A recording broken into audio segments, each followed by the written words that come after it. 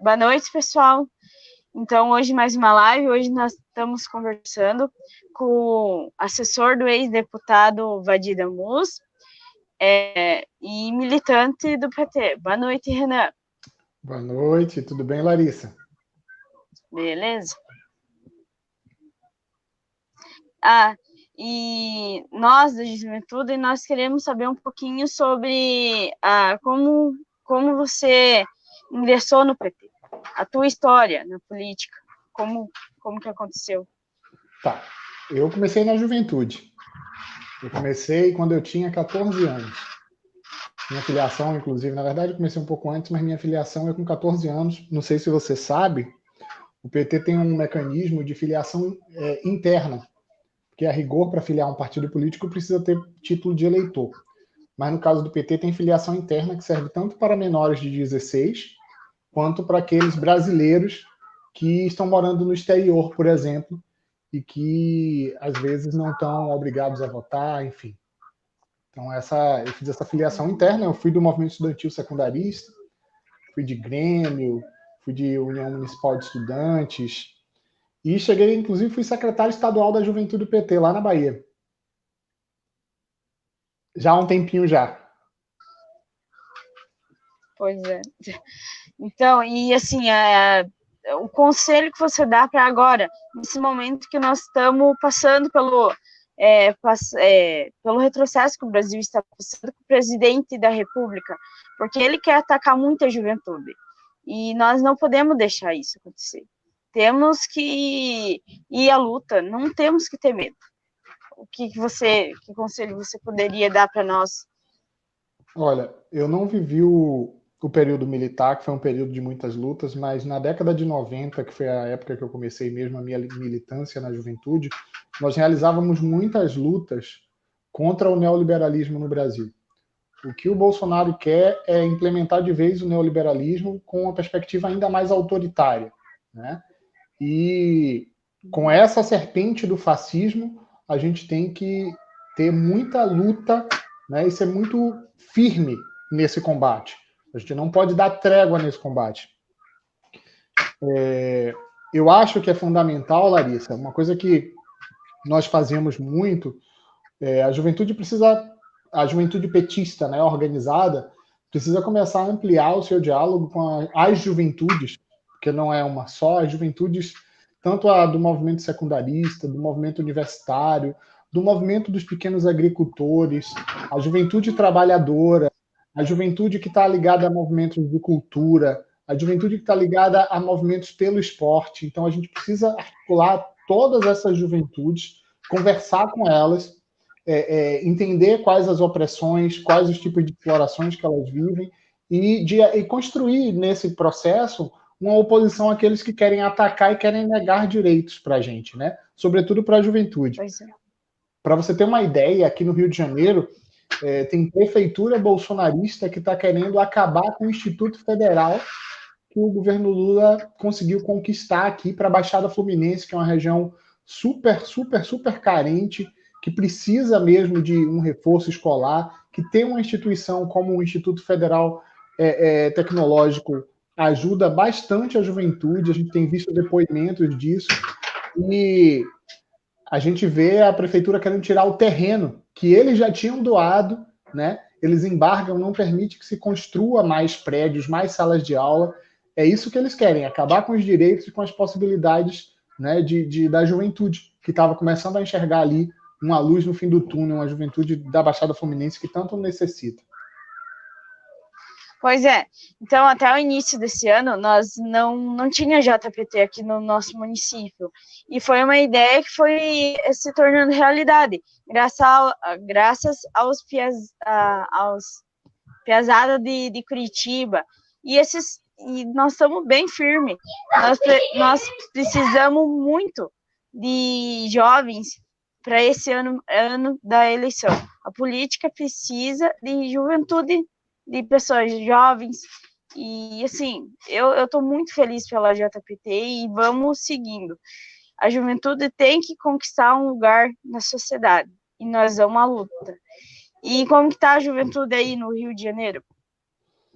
Olha, a juventude Tá, aqui no Rio de Janeiro está em luta. Eu tenho visto, se vocês olharem nos canais de comunicação do PT do Rio, eles têm feito reuniões até diárias também, públicas.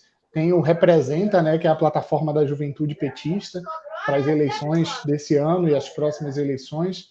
E eu acho que eles estão bem animados aqui.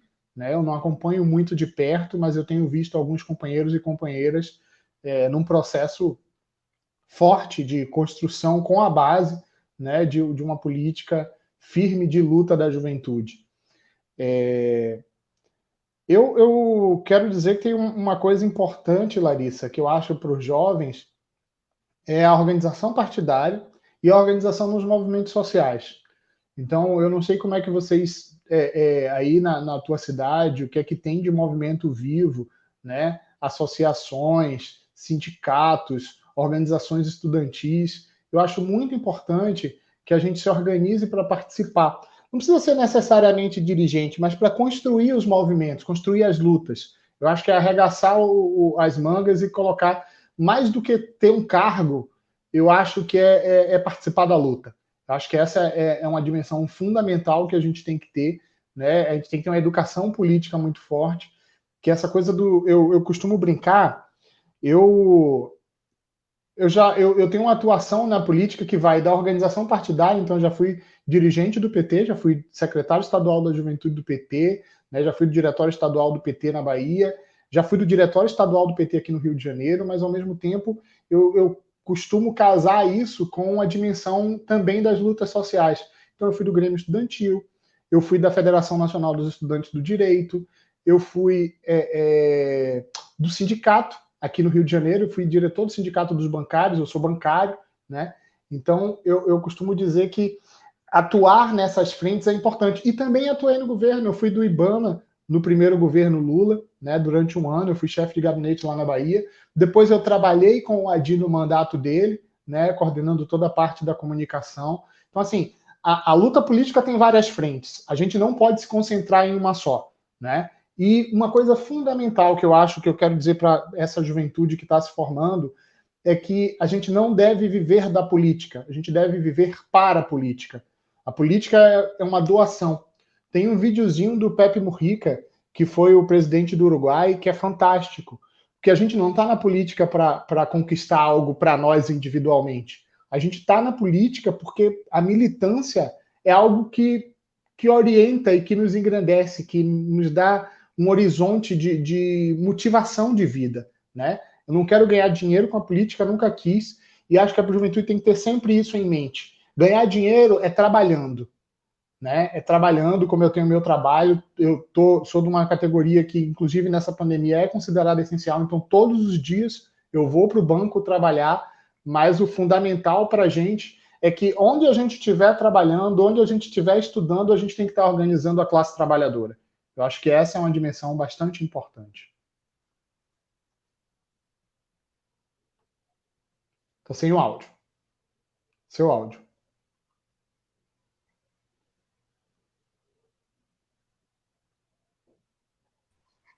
pois é. Então, tipo, a juventude, ela é muito descrente na política. Podemos falar assim que muitos jovens não estão acreditando no rumo que a política está dando por causa desse presidente, podemos dizer assim. Isso não é Uhum. verdade, porque nem todos os políticos são iguais. Tem os honestos, tem os que têm bom caráter e que faz um bom trabalho. Mas também tem aquele, todo mundo sabe, tem aquele tipo um Bolsonaro da vida que em 30 anos de deputado não fez nada para o Rio de Janeiro. E, assim, o jovem ter consciência, nós não podemos parar a luta, nós temos que continuar. E mesmo que o presidente não tem caráter nenhum. E agora, mudando um pouquinho de assunto, assim, como você está vendo os números que estão crescendo diariamente de pessoas que estão morrendo por causa do coronavírus? Já chegaram aos 40 mil, né? Sim, e o Rio de Janeiro tem uma das curvas piores, né, do país. Olha, essa doença é uma doença que pegou de surpresa a humanidade E eu acho que o governo brasileiro tem uma grande responsabilidade por muitos dos mortos até aqui e por muitos dos que virão. Infelizmente, o governo que era para estar coordenando ações, que era para estar verificando desde o início protocolos que eles estão inventando agora, quando a doença está incrementando, está subindo muito, já era para ter acontecido há muito tempo, e eles simplesmente jogando o tempo inteiro contra o isolamento.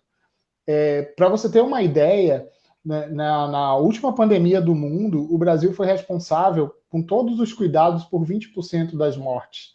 Se isso acontecer agora, vai ser um desastre para o país de novo. E muitas vidas podem ser perdidas. Aliás, é importante que se diga, há muita subnotificação.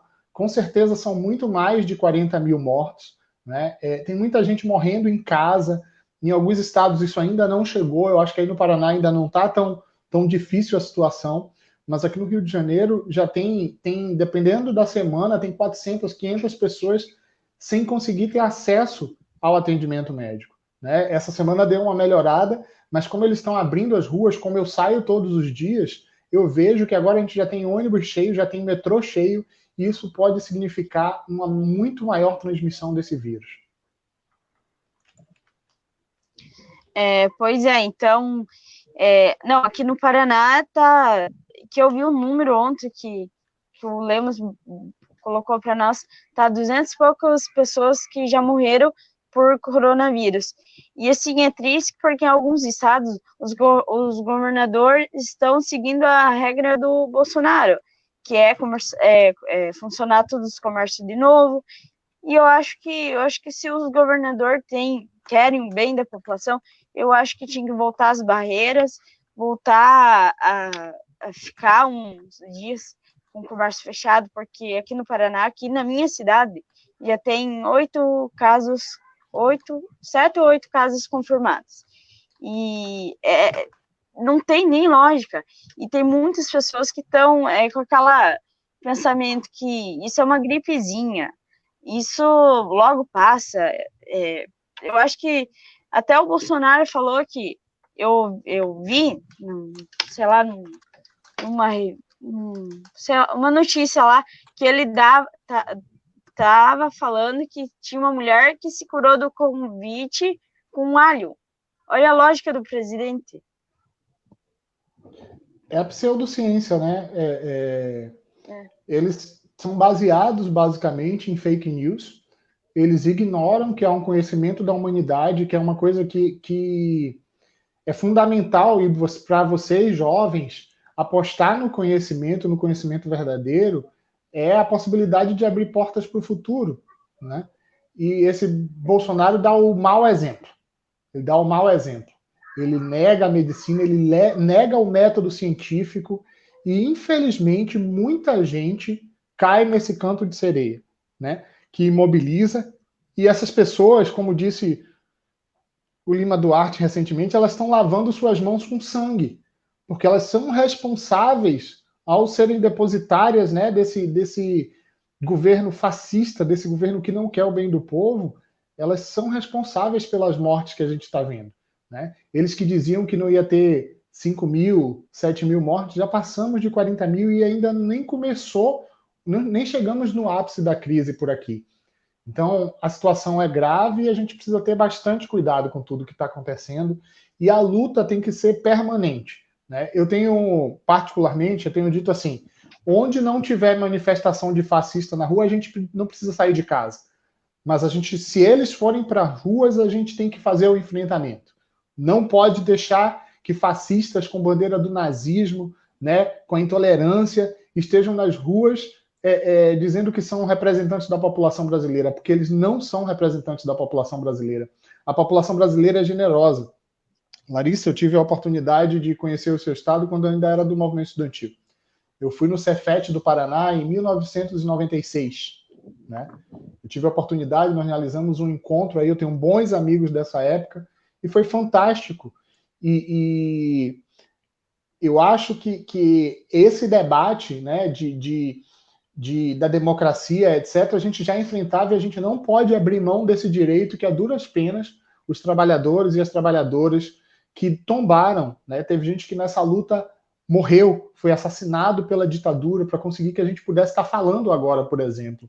Então, a gente deve honrar a memória dessas pessoas, a gente deve honrar a luta daqueles que estão do lado daqueles que precisam, dos necessitados, dos trabalhadores e dos direitos, né? Dos trabalhadores, das mulheres, dos negros. Eu acho que é fundamental que a gente não esqueça de estar organizando todas essas lutas.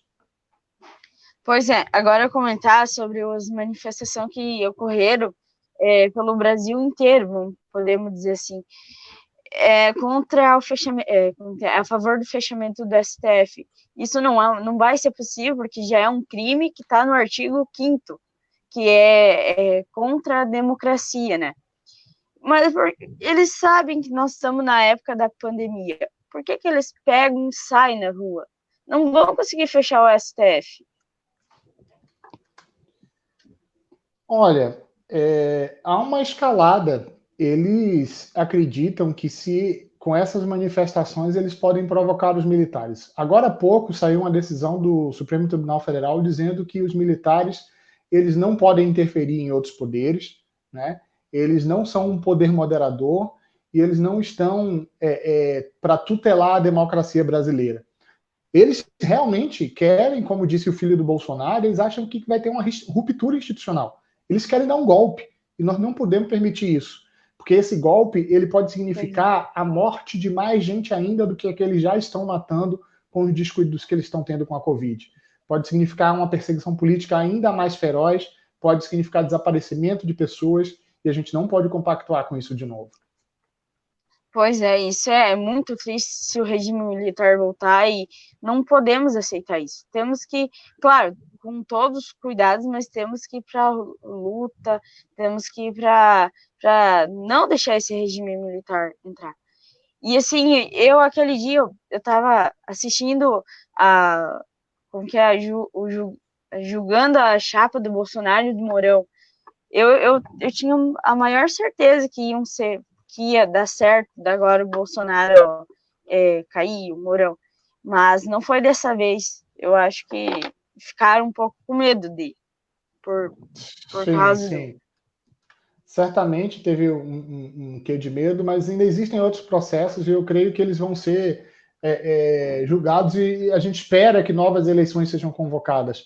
Inclusive novas eleições em que participe aquele que foi preso por perseguição política de um juiz, ex-juiz, né, de Paraná, que foi o Sérgio Moro. A gente conta com uma das maiores lideranças da história do país, o que é considerado um dos maiores presidentes, que tem um reconhecimento internacional imenso.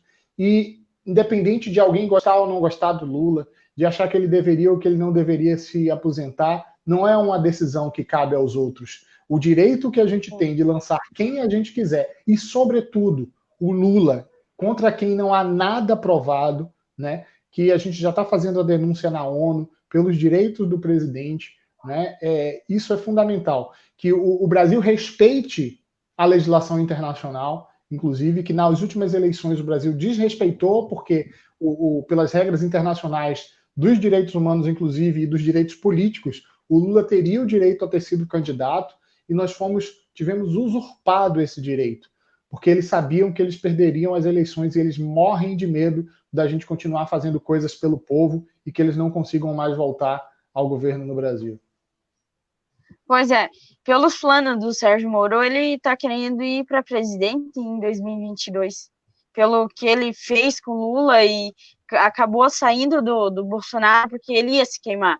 E se ele se queimava, a população não ia, ele não conseguiria se eleger presidente. E assim, para mim, o Moro não vale nada, porque o que ele fez com o Lula, e tomara que ele tenha o mesmo castigo que venha, porque foi errado.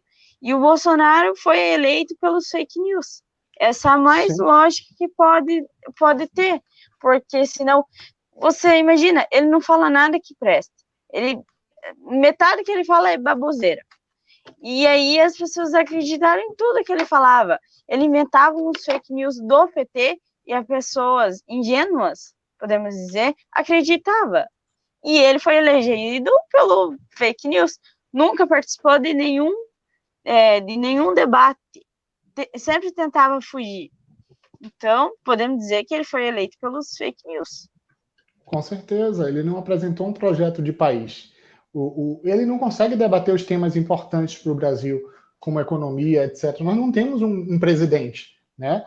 Nós temos uma figura que diz respeito à lei o tempo inteiro e não é de agora, né? Ele já tinha sido expulso e é importante que algumas pessoas militares com essa referência nele foi expulso. É bom que ele tem que ser dito com toda a letra. Ele foi expulso do Exército Brasileiro, né? Então, o Bolsonaro não é um referencial. Ele, na verdade, é instrumento de uma luta daqueles que não toleram o crescimento das classes populares, daqueles que não toleram que opressões históricas comecem a ruir, comecem a cair. E a gente tem que ter uma marcha nesse sentido, que é a marcha pelo progresso e pelos direitos. Eu acho que essa é a verdadeira questão que está posta. Eles não podem ter mais avanço no sentido de conseguir ludibriar a população, por exemplo, com essas fake news, né? Pois é. E assim, o que dá para ver, ele tá trocando todos os ministros, estão colocando tudo militares. Aí me surgiu essa dúvida. E se, tipo, quando for as próximas eleições, será que não vai ter sei lá, uma revolta? Porque se vai, vamos dizer assim, que vai tirar o Bolsonaro, aí tira todos os militares. Será que eles não vão ficar revoltados, vão querer fazer um conflito? Isso fico bastante preocupada. Olha, eu acho, boa parte dos militares que estão no governo hoje são militares que já estão na reserva, ou seja, eles estão aposentados, vamos dizer assim. Então, o comando ativo das Forças Armadas, ele tem uma única responsabilidade, que é obedecer às leis do país. A gente tem que ser muito firme com relação a isso. A gente tem que cobrar que se cumpra as leis e que se respeite as instituições. E, nesse caso, essa cobrança tem que ser acompanhada, né, de uma clara demonstração nossa de que nós não aceitaremos que não seja dessa forma. Pois é, né? E o Paulo Guedes sempre com aquela. Agora eles querem, tipo, cortar o auxílio. Cortar, não. Diminuir o auxílio emergencial. Querem agora colocar para 200 ou 300 reais. Eu tava vendo que a Gleice tinha colocado. Isso não vai passar, né? Como você tá vendo. Olha, esse valor de 200 reais foi sempre o valor que eles queriam, tá? O PT propôs que fosse 1.200 reais. E aí, numa negociação com outros deputados e contra o governo, a gente conseguiu chegar nos 600 reais. Eles sempre quiseram um valor menor para aqueles que estão passando por esse momento de dificuldade agora. Então, diferente de outros países, Portugal, por exemplo, eram 2/3. Você ganhava 300 reais, o governo paga para todo mundo 200 reais. Ganhava 3.000 euros, o governo ia lá e paga 2.000 euros. Então, a gente tinha que ter no Brasil um governo que tivesse um comprometimento com as pessoas. Porque não há economia sem pessoas. Né? A economia precisa funcionar, é verdade, mas se não tivermos pessoas, não há economia. Pois é, né? E assim, muitas pessoas pensam que esse auxílio de 600 foi o plano, tipo, foi o governo que mandou pagar e coisa. E aí eu sei porque foi os partidos da esquerda que proporam que nem 1.000 e 1.200. Mas aí chegaram num consenso e chegou a 600. Mas aí tem pessoas que acham que é só o Bolsonaro que criou esse auxílio, que não tem mão de ninguém. Isso é bem diferente e a esquerda sempre está tentando lutar a favor dos trabalhadores e trabalhadoras. E o Paulo Guedes, cada absurdo que ele fala que não tem nem lógica. Ele e o Bolsonaro são da mesma laia, falam nada que preste. E fora Sim. aquele ministro da Educação também. Sem dúvida. O ministro da Educação, inclusive, é um dos piores, né? Ele não consegue colaborar em nada com a necessária educação do país, muito pelo contrário. Paulo Guedes é um neoliberal dos piores, que não tem nenhum compromisso. É engraçado porque os colegas e amigos dele de outros países, todos reconhecendo que esse é um momento em que o Estado deve atuar fortemente, e ele continua em negação. Eu acho que é fundamental, Larissa, nesse aspecto, e aí eu vou já caminhando aqui para me despedir, né, da nossa conversa, para que a juventude do PT leve esse debate em cada bairro, em cada associação de bairro, em cada associação de trabalhadores, em cada sindicato, em cada escola, em cada universidade. Realizar esse debate, trazer pessoas para refletir com os trabalhadores, com os estudantes, com a classe trabalhadora, é fundamental para a gente poder dar enfrentamento a isso. Verdade.